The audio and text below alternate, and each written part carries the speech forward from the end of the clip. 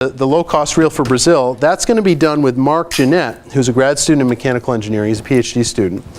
And I brought some examples here. That's a spinning reel. I'll talk about that in a second. But this is the example that you're going to redesign.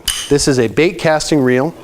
And if you want to play around with this, the way this works is you can press this button and it allows the spindle to freewheel. And that's what you do when you cast, right? And the line goes out.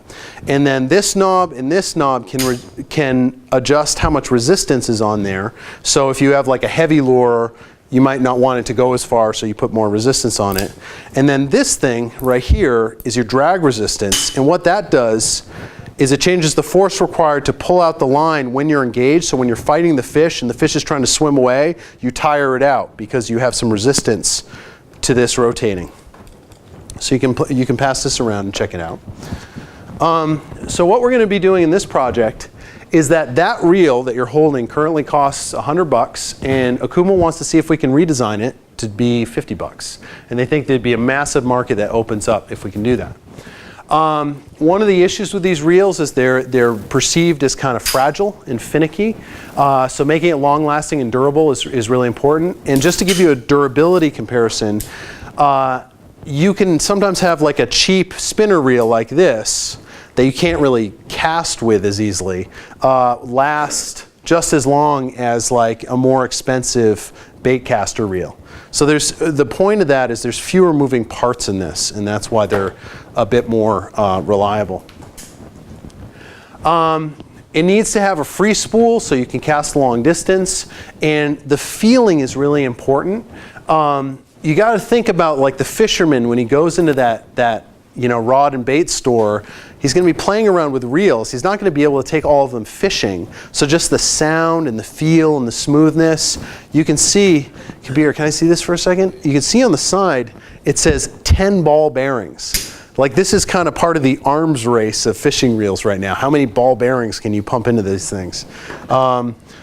We may want to go in a different direction. I work with Okuma, and I'm always like, we should use bushings sometimes. But they're like, no, people like having a lot of ball bearings. So we have to think about that. But by the way, I know I'm giving you a really high-level overview of all these projects. You're going to dive in much deeper with your partners. That's the point. I'm kind of intentionally only giving you a little overview, so you have to dive in deeply. Okay. Like I said, they're seen as fragile, but if we can reduce part count and increase reliability, that's going to be a really big win potentially. And one of the areas of fragility is the thumb button. Do you see where that is? Where the thumb button is? I did it really fast. Can I see it? I'll show you. But the thumb button is this thing here that you can push down. It's already pushed down. But you push it down. That is what engages the free spinning, and then when you turn it, it pops it back up, and now you're driving the reel again. But that whole mechanism is pretty finicky and can break down easily. So they want us to definitely look at that.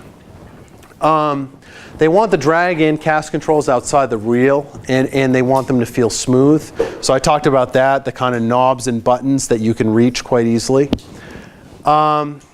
Anti-reverse is currently pretty expensive. They do it with a one-way bearing. So if you try to do that in reverse, John, you see you can't crank it in reverse. Yeah, people like that it locks if you try to go backwards. So thinking about a more cost-effective option of doing it would be nice. A one-way bearing is exactly what it sounds like. It's only allowed to spin in one direction, but they're pretty expensive components. Corrosion resistance is definitely a good feature in this product as well, as you can imagine why. It's in the water. Okay, and so their market size that they think is about 100,000 units per year, so pretty big. Okay, the last one is the Usha project. So the target here is to feel as cool as with AC, but with less power. The mentor here is Don Wendell, and to give you a bit of background about this, I brought one of Usha's, I didn't have a whole ceiling fan assembly here, but this is one of the blades from one of their ceiling fans. And if I have time in the semester, I'm going to go through a case study with you that I've done with Usha redesigning these blades. But if you just think about like how this is designed and made, it's pretty rudimentary, right? It's just a flat plate moving through the air, pushing the air down. It doesn't look like an airplane wing. It probably, and it isn't as efficient as an airplane wing. So I brought this just to show the potential of improvement potentially here. So anyway, some background on this project is that to give you a perspective, a ceiling fan uses only about 60 watts, 60 to 75 watts, but like a 5,000 BTU AC unit, which is like kind of a window unit for a smallish type room, uses 500 watts, right? So order of magnitude more power required to cool with air conditioning. And so Usha's got a big market. Talk about a big market, 50 million alone in India, and Usha's got 10% of that. They're selling 5 million of those fans a year, which is so crazy. And so if you switch all those fans over to AC units, you need 25 gigawatts of power if they're all running at once. But that's bigger than actually the Three Gorges Dam in China, which I think may be the biggest hydroelectric plant in the world. But massive power station. Like when I read this, I'm thinking of, you guys fans of Back to the Future, where Doc's like 1.21 gigawatts, you know, but huge amount of power. So you can see the issue potentially is more and more middle class people buy AC units and contribute to grid load. The cost of a ceiling fan is cheap, you know, 16 to 20 bucks or so, 25 bucks. That one's about 16 bucks, that's the lower end one. So that gives you a sense of the price points we're talking about. And the project objective here is to think about how to make people feel as cool as possible with minimal power. And I put up this figure here because it shows like how inefficient the current system is, right? So you've got hot air up at the top of the room that you're pushing down, but you're pushing it down in relatively, like Usha's fans push in kind of a thin column. So it hits the floor and kind of stagnates. So the high speed air that's coming off this may not even be hitting the people who are sitting over here. You know, whereas you have cool air up here, and you could think about, well, how could I draw air from here instead of from the top and blow the coolest air of the room at people? So there's all sorts of cool like heat transfer and fluid flow analysis here, and thinking about how could you package a system and how could you make it low cost and where could you put it in the room and how would it hit people and what's the air velocity that has to go over your skin. You know, all sorts of good calculations in this. So I'm excited to see where this goes.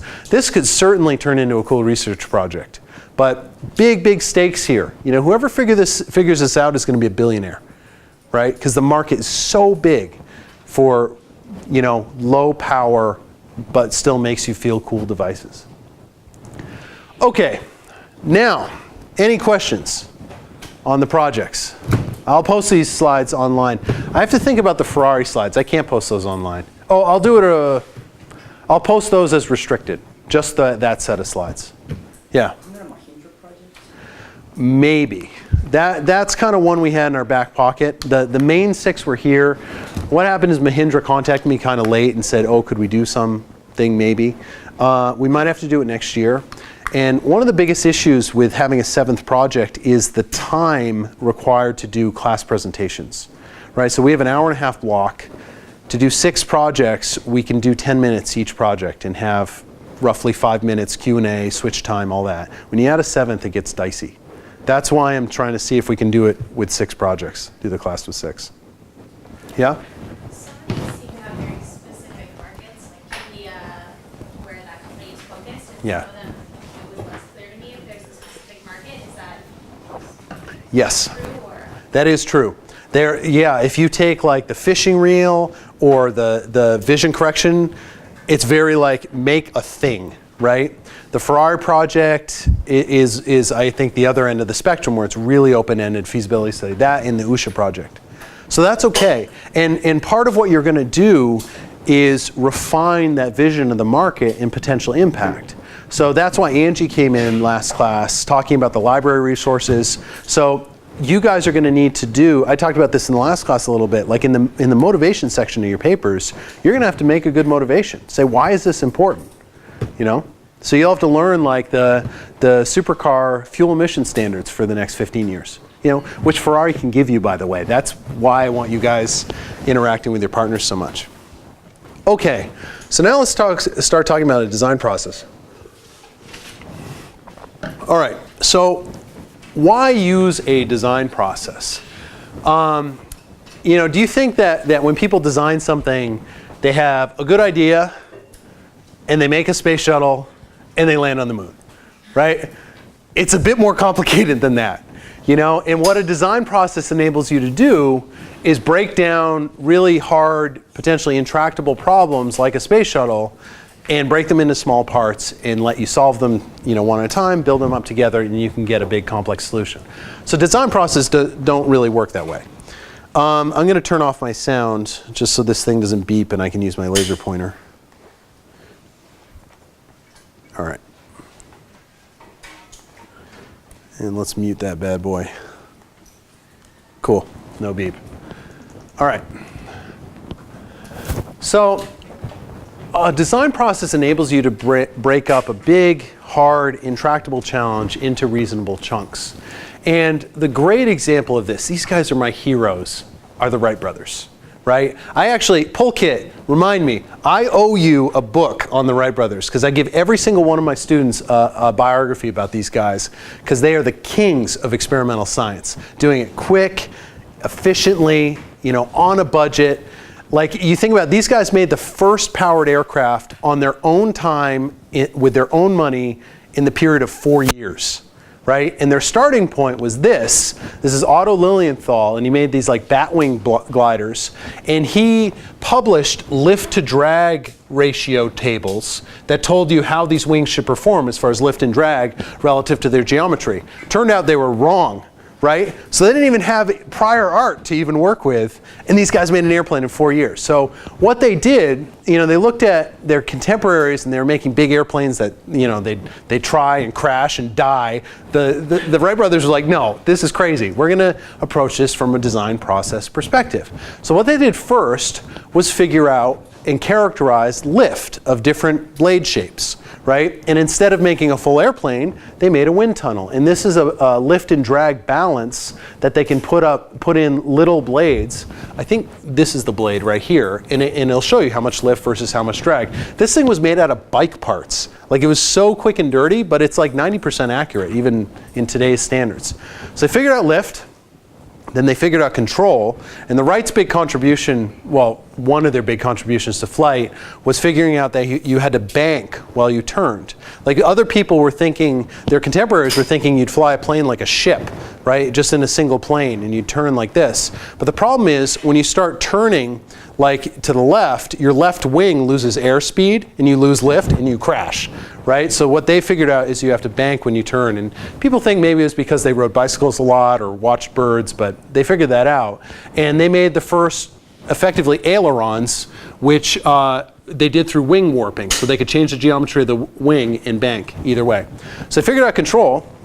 And then, because they knew their wing shapes, because they knew the lift and drag, they knew how fast they had to fly to get enough lift, and they knew how much power it would require to fly, right? So they knew how much power they needed. And they worked out that they needed 8 thrust horsepower, and they figured they could get a 66% efficient prop, so they needed 12 mechanical horsepower. So one issue was that all their contemporaries said, oh yeah, airplane propellers will be designed just like ship propellers. So they read about ship propellers, and it turned out there wasn't any theory behind them. So they figured out that a propeller blade is just a wing flying through a helical path with a changing angle of attack from the root to the tip. And they ended up designing the most efficient propeller ever designed for the flyer, right? And then also, like these guys were so badass, right? They had just their own little shop. They approached engine manufacturers and they needed an engine of a certain power to weight ratio, right? Really lightweight engine. Nobody would make them a one-off, so they made their own lightweight engine. That's awesome. So anyway, you put all that together and they made the first powered aircraft. Success, boom. This is cool, by the way. You know this picture is real. This is the first flight. It's not like one of the first flights, it's the first flight. So we're pretty lucky to have that picture. In contrast to what their contemporaries were doing was this guy, Langley, who was the head of the Smithsonian Institution. So had some pretty good resources, available to him. And what he would do is make these big biplanes and put them on these barges and launch them off and crash into the Potomac River over and over and over. And so he was crashing these really expensive things and crashing really catastrophically instead of doing kind of minute failures, only one at a time. And so the moral of the story here is fail early and often and not catastrophically, right? And the Wrights were just the kings at this. Is it up here? Oh, shoot. I have in some versions of this slide, I have the picture of the book. But if you want to write it down, it's called Wilbur and Orville, and it's by Fred Howard. It's an excellent biography on these guys. Okay, the second point about a design process is that it makes you generate more ideas, and more ideas typically means better ideas. So, as an example here, I want people to think of ways to produce a peeled carrot only with one hand. What are some ideas? Shout it out. Come on, all you LGO folks. There's tons of you. The mechanical apple peeler. Okay, so you spin the carrot, and you have a fixed tool, right? That's kind of the lathe approach, I guess. Okay. Yeah. A press, yeah. So you put it, yeah, press it through, yeah. Like a fixed peeler that you can just slide the carrot down? Yeah, so you kind of mount the carrot on a wall and have a moving tool, so that would be kind of the mill approach, yeah. Pull it through. Okay, these are really good ideas. And there's devices like this on the market, right? But I am going to pull some magic out of my magic chest. I'm going to produce peeled carrots with one hand, just reaching into here. Ready? Ta-da! So the point is, anybody want some carrots? All right, Johnny. Whoop, thanks.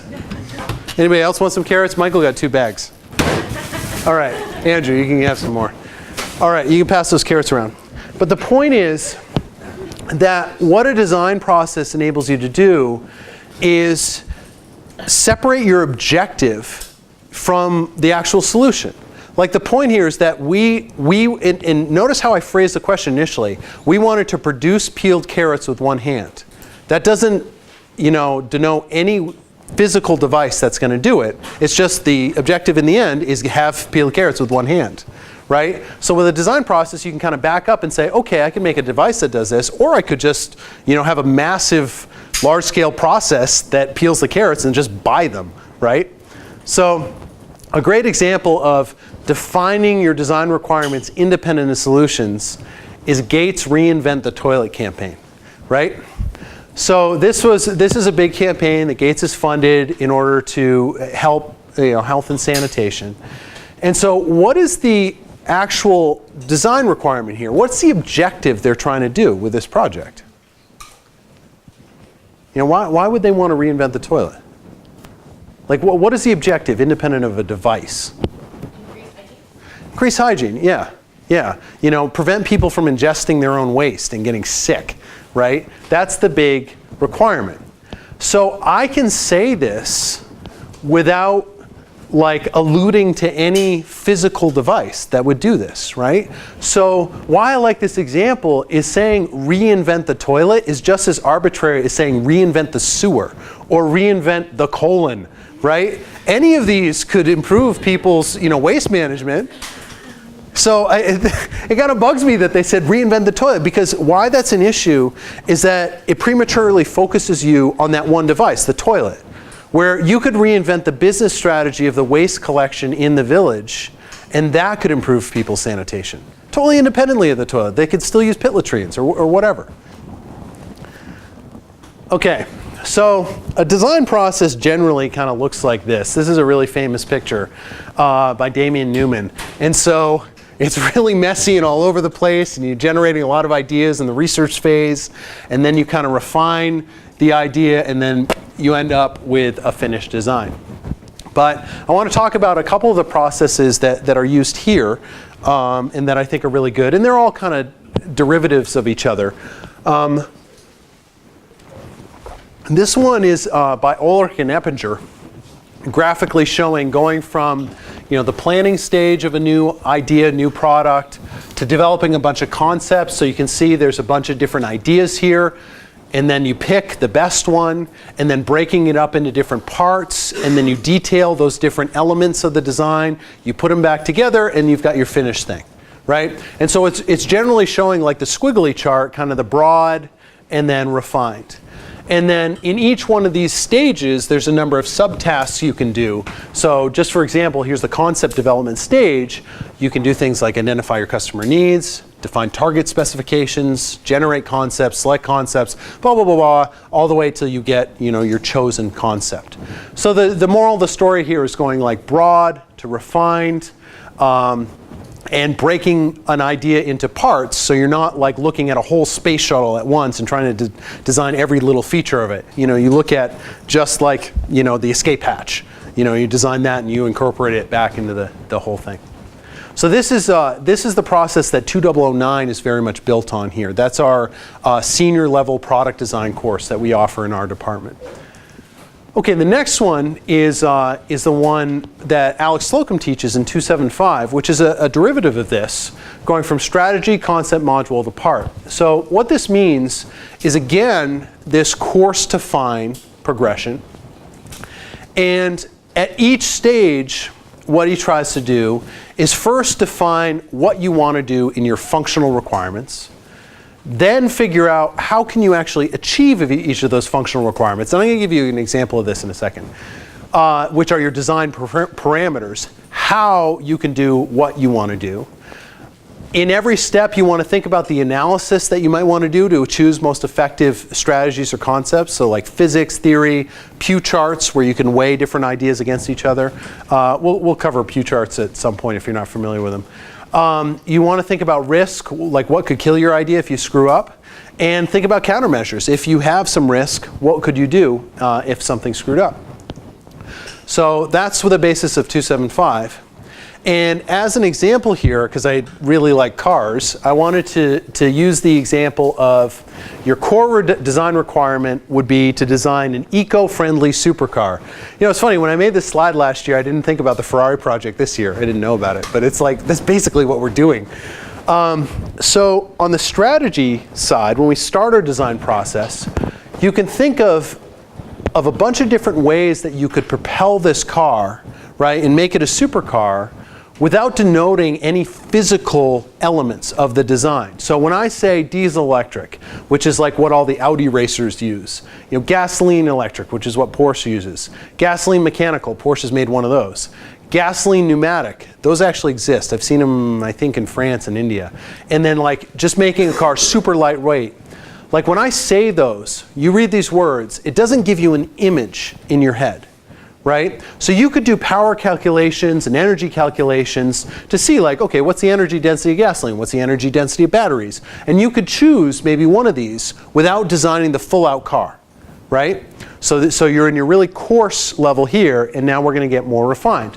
So you go to your concept stage, and what Porsche ended up picking was a V8 gasoline engine with an electric hybrid system that stored the energy in batteries, not supercapacitors or a flywheel or anything. So they chose that concept, and now they can think about this actually denotes an architecture, right? That you can picture an engine, you can picture the electric motor, you can picture the batteries, right? So then they had to go into the module stages. So if you look at the drivetrain of a Porsche 918, it's got all these different modules that they had to design. So here's the internal combustion engine, here's a battery stack, this is the front electric motors. I think, what is this? That's the double coupling is double clutch. So this has a double clutch gearbox like the Ferrari. But you can see all the different like major modules of the car, and I'm sure they had an engineering team for each of those modules.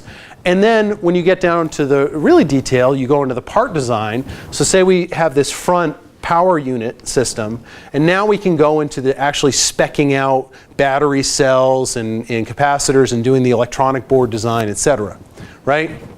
So this is what I call kind of a bottom-up view of design, where you're going all the way down to the bottom, right, and breaking the idea up into little tiny elements, and then you're going to build those back up into the full solution. So to contrast that, you have to think about what the user would experience. And Ask, Observe, Experience is what's used in 2744, which is David Wallace's product design class. But it's unlike 009, it's not about the product design process, it's more about thinking about how users interpret and experience products. So the real, I guess, ethos of that class is ask users, observe users, and experience what they experience. And so you can really empathize with what they're experiencing in their design. So this ask, observe, experience situation is what the maybe industrial designers of Porsche had to use to make these, which are renderings. Right? This is not a real car. This is a computer image. This is also a computer image. So this is what I mean from a top-down perspective. Like Porsche had to, they were diving into the nitty-gritty details of the engineering, but they also had to step back and think about, what is this overall thing going to look like? Why is it attractive? How is the user going to actually experience it? Right? So this was their concept in 2010. This is a rendering. And to complement that from the bottom up, they were also later on made prototypes of each of these. So, and all the while they're getting feedback from stakeholders, test drivers and the press, to see how well they're actually doing. So anyway, the moral of this story is I think it's really important for us to balance these kind of top-down and bottom-up perspectives of design. You and all of your projects are going to be diving down into some pretty nitty-gritty details. But you're going to have to continually step back, talk to your partners, ask them about their users, and understand, like, what is that final thing going to actually do? How is it going to actually interact with the people it was intended for? Okay, so now a developing world-esque demonstration. Let me check the time. All right, we're doing okay. Cool. So anyway, I told you in the first lecture about these engineering toolbox examples. And the first one I want to talk about is just thinking about the energetics of a problem when you go into it. And so this is a product on the market in the developing world. It's called the Play Pump. And we can go, I put the web link up here so you can check it out, but we can go to the website. Whoops. Take me to Google. Oh, we could go to the website. Let's give internet a second. Well, screw it. I'll just explain it. So the idea behind it, their strategy was that they wanted a human-powered water distribution system. Really good idea. Like, what power source do you have in any village? Certainly have human power, or else it's not a village. Right? There's no people. And their concept was to use a merry-go-round to pump the water. And I think that's a really good idea, actually, because you see kids running around. They've got boundless energy. That could be a really good way to lift the water out of a reservoir or out of a borehole, pump it into a water tower, and then distribute it to the community. So I think this is a good strategy and concept. But we, as engineers, have to look at, like, what do the numbers tell us? Is this actually feasible? So the first thing you can do, and you can look on PlayPump's website, is see how high their water towers are, and they're about 10 meters. And you can do a little background research and say, okay, a village, a smallish village would be about 1,000 people. There's the WHO says you need 3 liters of drinking water per day to be okay. PlayPump says they have a 10-meter water tank. How do you figure out how much energy it takes to lift this thing? Right? To put that much water in the water tower, right? Because what you should be thinking about is we're asking humans to do the work to distribute the water. Is that even possible? Right? That's what we as engineers can work out really quickly. So how do you figure out how much energy is in here? Yeah. First, assume perfect efficiency and everything. Yep. So it's 10 meters high. You can move a certain amount of mass. You need to know that that's in water. You're saying MGH, potential energy, right? Okay. Boom, learned it in high school physics. And we're talking about water, right? So the mass of our water is going to be the density of the water times the volume of water that we want to lift, which we know, 3,000 liters, right? Times GH. And we know both G and H. So we can work that out. And it turns out to be 300,000 joules. Is that a lot? Per day. Per day. Yep, per day. Good point. Yep. I'm sorry? Per village? Yeah, per those 1,000 people. Yep. Okay, so the next question should be, how many kids would it take to do this? Right? Okay, so let's look at that. And let's look at human power. This is a nice resource. You guys know David Gordon Wilson? Any of you? Oh, he's a professor in mechanical, but he wrote this book called Bicycling Science, and it's all the physics and science behind bicycling. But in it, it has this great plot of human power output versus duration, right? This is very useful to us because we're going to want our kids to pump some water for some time. So anyway, down here, see, you've got like, I'm sure actually if you made this plot now, or like, let's say 8 to 10 years ago when steroids were really big, it would be like, whoop. But yeah, Johnny. So I think there's a few more factors. But if you had like just a continuous flow, you'd only need like 5 watts.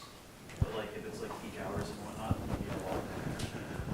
Well, the energy, you know, you have to deliver 3,000 liters of water per day from this height, right? So at minimum, without counting for any inefficiencies or anything, you know you need 300,000 joules. Right. Yep. This is very first order so far. Yeah. Did you have another comment? No, I'm just saying like it might be it's unrealistic in the sense of We're getting there. So anyway, look at power output. And if you follow, this is the NASA curve for healthy men, right? And you can follow it down to one day. It's only about 50 watts, right, for a healthy man. And if you look at 1 hour, right, and so kids aren't going to be working on the merry-go-round all day. They're going to be kind of in this range, right? So for a healthy man, it's about 200 watts for an hour, right? And so for a kid, I estimated about 20 watts. You're thinking about a little grade school kid, right? So 20 watts, you know, your time, like, you have to figure out like also how much time the kids might want to play on this merry-go-round, right? What do you think would be a reasonable estimate? Yeah, I guess 10 minutes, you know? So I said 10 minutes of play per child. And you can work that out as 25 kids needed, you know, because just your energy divided by, you know, power, which is joules per time times time, and this is joules per time per kid. That's going to give you number of kids, right? So another quick energetic calculation. So you need about 25 children. Hey, that, you know, I worked this out. That looks, you know, pretty reasonable. Right? And this first order, you know, as a first order estimate, not too bad. But we're forgetting some things. Does anybody have a sense of what 20 watts power output feels like?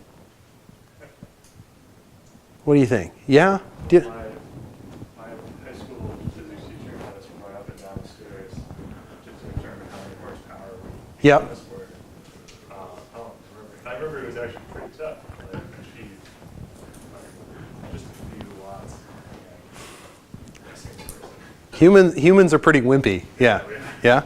like you can do like 50 or 60 watts in an exercise bike without breaking this much. Exactly, yeah. And what this plot's showing is we as, you know, healthy adults, we could do, you know, 1 to 200 watts, depending on how healthy you are, for about an hour. Yeah. But we're talking about kids, right? That's the point here. So you think about kids, and you think about like, okay, what does it actually feel like to output 20 watts? Well, 20 watts is equivalent to hauling a 20 kilogram load up a 10% grade at 2 miles per hour. So think of the kid dragging a wagon full of bowling balls, you know, up the hill. It's not very much fun, right? It's pretty arduous. And I put this picture up here. This is man hauling. This is what the British did when they were trying to race to the South Pole. So they would hook all these guys up into these harnesses and pull their load. And like there was a British expedition, I can't remember who the lead was, and there was a Norwegian one. Norwegians hooked sled dogs up, and they were like, went to the pole right back. These guys died because they ran out of calories. That was why they died. They couldn't eat enough because it's so arduous. So anyway, merry-go-rounds are fun because you put kinetic energy into this system and you can jump on and swing around, right? So then you have to think about, okay, if I'm going to balance kinetic energy and pumping, right? Let's say I do 50-50. Now that doubles the number of kids we need, right? So then we look at it even further. This is still pretty, first order. Then we say, okay, we haven't even counted the rise height of the water out of the ground. Let's say that's also 10 meters. Now you need 100 children because it doubles your energetics. And then you say, oh, what if the system's only 50% efficient because of pumping efficiencies? Then you need 200 children. And so just think about this. You need 200 children for a village of 1,000 people? Like, I don't even think there's going to be 200 children, right? And then also, what happens when it's too hot and kids don't want to play outside? Or if it rains and they don't want to play outside? Does the village just not get any water? So I like this example because just sitting down for 10 minutes, we as engineers can look at this and be like, I don't think so, right? And this is a company that's gotten lots and lots of funding from international donors. They're a big business. They've been around for a long time. Because, like, it's an attractive idea. You see kids with a boundless energy romping around the playground. Why not harness that to give water to the people?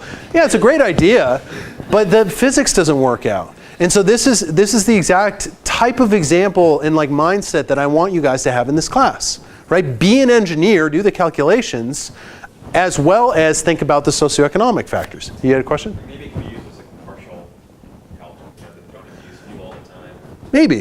and then maybe it accounts for a quarter of the need or something like that. That's not how it's pitched. Right. Okay, Yeah. That's Yeah, and you're exactly right. We're going to do an example very akin to this with treadle-powered pumps, like kind of Stairmaster water pumps, and do the same type of calculations and see like how well could you effectively irrigate, because that's what they were designed for, is irrigation. But anyway, this is a fun example. Okay, so a couple other additional points to consider is think about who your lead users are and how you could get good information out of them. So when I did the Porsche 918 example, right, I said they test the cars with test drivers as well as the press, right? Lead users are people that may adopt a product early or express the needs for a new product really early and can give you insights to new products and new markets. And so motoring journalists